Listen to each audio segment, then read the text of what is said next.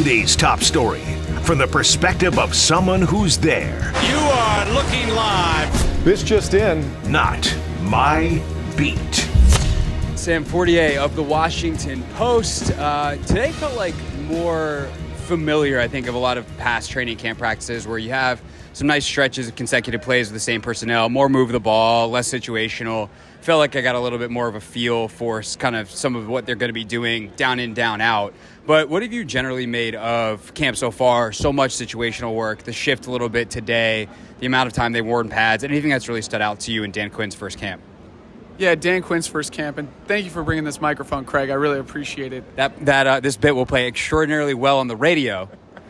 We were going to use fancier microphones, and I forgot a memory card, and now Sam's exposed that to the entire world. Anyway, the answer to my question, into the microphone that's working, is the thing that stood out to me, obviously, is competition, and I think that manifests probably most relevant in the radio space to the quarterback quote-unquote competition, which I say with heavy irony. And so, but I think it is real in every other aspect of the team. I think that no one is guaranteed a roster spot. There's obviously some roster locks, but when you see Jamin Davis working at edge rusher, when you see a rookie like Jordan McGee taking first-team reps, I think that when you see Ricky Stromberg rotating in to take first-team center reps, even though I think he's a guy that's very much on the bubble, if not on the wrong side of it. I just think that there's a lot of things that they're practicing what they preach, basically. And so I think that you're seeing a lot of that. And then there's, on-field schematic things that we can get into. But I think my main takeaway is it's a new era. The focus is on football, and they're competing. For sure. I think the schematic thing that jumped out to me most today is that vertical passing game. That's obviously a hallmark for Kliff Kingsbury. We see some shots. We see a number of them completed. Terry gets a big one. Brycen Tremayne gets a big one. I think I wrote down in my notepad on that last move the ball drill for the second team offense, the one that Mariota was leading. I was like, drive summary. Penalties, BS, Brycen Tremayne for 60. So what have you seen schematically from Kliff so far, whether it's the red zone stuff or like we see kind of more middle of the field, full field type stuff today? I'm curious because in the spring he was experimenting with a lot of different stuff, right? Like Luke McCaffrey in the backfield, 2 running back sets. He was doing a lot of different things. And as Zach Ertz said yesterday, he sees Kliff Kingsbury being rejuvenated, refocused, and really excited, I guess, to work with these quarterbacks after a year off of being a head coach, working at USC as an analyst and then coming here. And so I think you're just seeing him get more creative. And the run game to me has been different because I think one of the big criticisms of him in the past is that he hasn't married the run game to the pass game. And I think you're seeing it a little bit. Not that they're getting into super tactical stuff right now, but I think that just from the way players have been talking, I think it'll be more married, and I'm sure Anthony Lynn has a big part of that.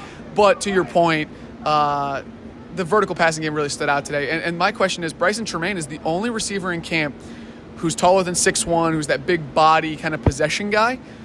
He's the first player on the field almost every day. That didn't help him last year. Will it help him this year? Especially with a thinner receiver room, I could see him pushing for a spot, particularly because of the way that Kliff likes to play, but also he works hard, but it hasn't been enough in the past. Will it be enough this year? Sam Fortier, Washington Post, with us here on the Hoffman Show. That microphone that you're holding is just utterly ridiculous.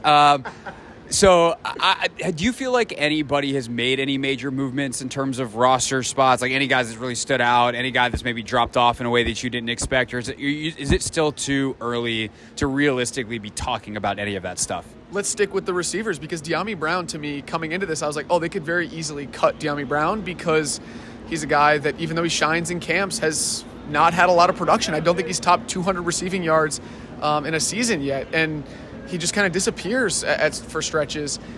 And he has been, in 3 receiver sets, it's him, Jahan, and Terry, out there almost every time. Even though they're rotating guys in, they're getting Dami a ton of, number 1 reps. And that could be a thing where they're just testing him now and maybe he falls off, maybe they mix it up. But in the vertical passing game, like we're talking about, Dami has legit speed. He runs legit go routes. I could see him running slot fades. I think that, his skill set is tailored to Kliff's offense. And for a guy who I think has pretty clearly failed to live up to his potential so far, this is a really interesting start for him. And I think that, if you had asked me before day 1 of camp, I would have said Dami is probably a 50-50 to make the roster. And now I'm much closer to 75-25. Yeah, no, I agree with that. I think the irony of Dami is if there was a guy coming into the camp that I said, Brycen Tremayne is battling him for a roster spot, I would have said Dami, because where Diami's gotten speed, Brycen's gotten height. They're both tremendous special teams players. Obviously, we haven't seen that at the NFL level from Tremayne yet because he didn't make the roster, but he was a guy that was a dog on teams at Stanford. So I think that I agree with you. The way he's been utilized is super interesting.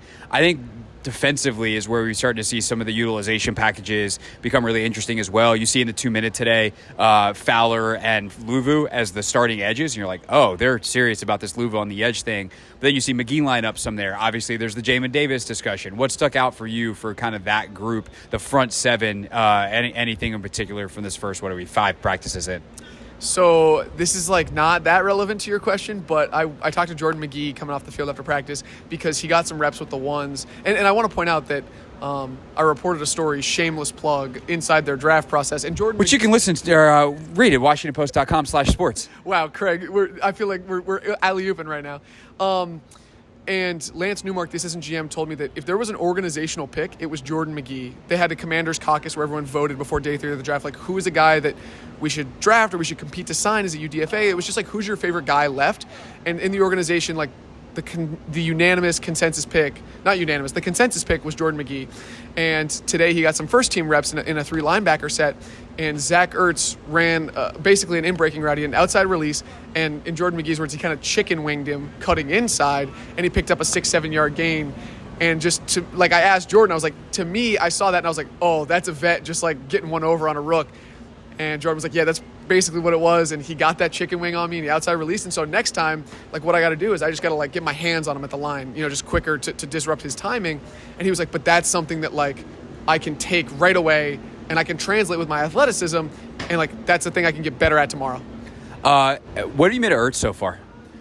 I think that Ertz has been solid, I think that he is going to be a guy in the red zone in the passing game who's he's going to be a contributor. I don't know if I'm the best co-host that you have to analyze NFL tight end film, but I think that, like, he's going to be a solid addition.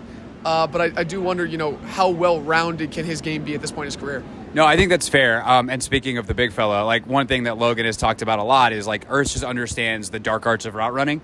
And I think we saw that today in the red zone, 4th down, like, got to have it. Where does Daniels look? He looks for Ertz and he gets open. You see some of the key first down or third downs, like, need to get a first. Ertz just has an ability to find a way.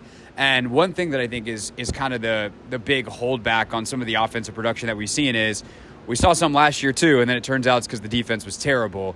How are you trying to judge, like, where each side of the ball is this year, knowing that we haven't seen them line up against anybody else, and that is actually what matters?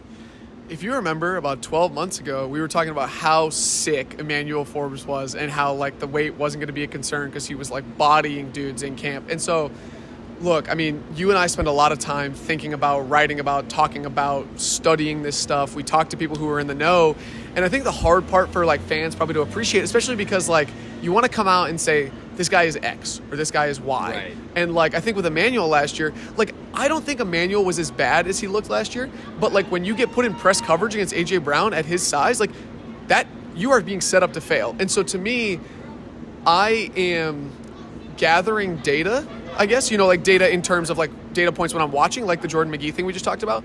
But I'm trying not to overweight it. I'm trying not to get too confident in my conclusions right now because, like, they're still trying to figure it out. And even when I talk to coaches or, other people in the building, it's like, hey, like, this is what we're seeing. We're going to continue to do this. But, like, some people are dogs. Like, Taylor Heineke was not a good practice player, but on Sundays he got up with a different dude, And so I think I'm trying to gather intel right now, but not be like, oh, this is what it is.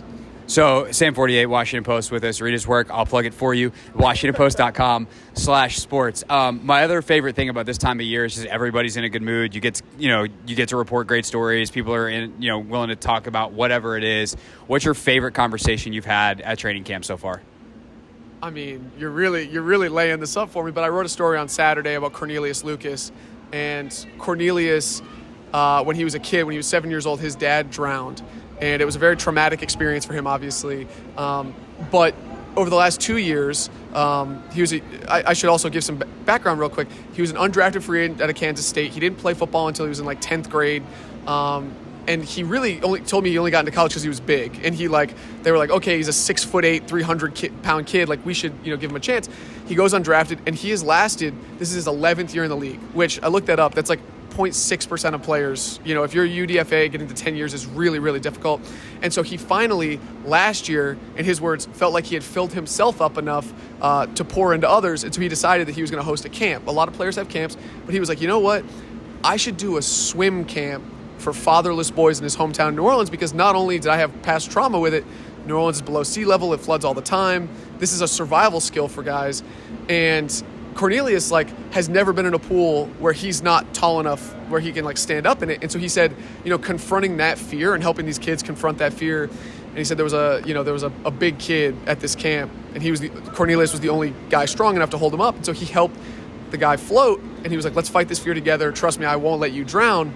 And I think it's really important because right now Cornelius is actually preparing to become a father for the first time. He's having a son due in early November. And to me, to hear a person not just go through childhood trauma, but then translate it and really say, hey, I'm going to make kids like me in my hometown not fear the same thing I feared. And also to be doing that, to prepare your son. He said, I want my son to swim, and he wants his son to struggle and to fight to float at first. He wants to throw him in the water because he doesn't want him to feel the same fear that he experienced. And so to me, that's not really about ball, but that's about, the human condition and fighting to be, better off than when you were a kid. And to honor his father's memory in that way, I thought was really powerful. That's really great stuff, dude. If you want to read that story, once again, WashingtonPost.com/sports. Sam Fortier with us today for Not My Beat out here at Commanders Camp. More Hoffman Show next here on the Team 980. Hey, this is DA, and you're listening to The Hoffman Show on the Team 980 and the Odyssey app.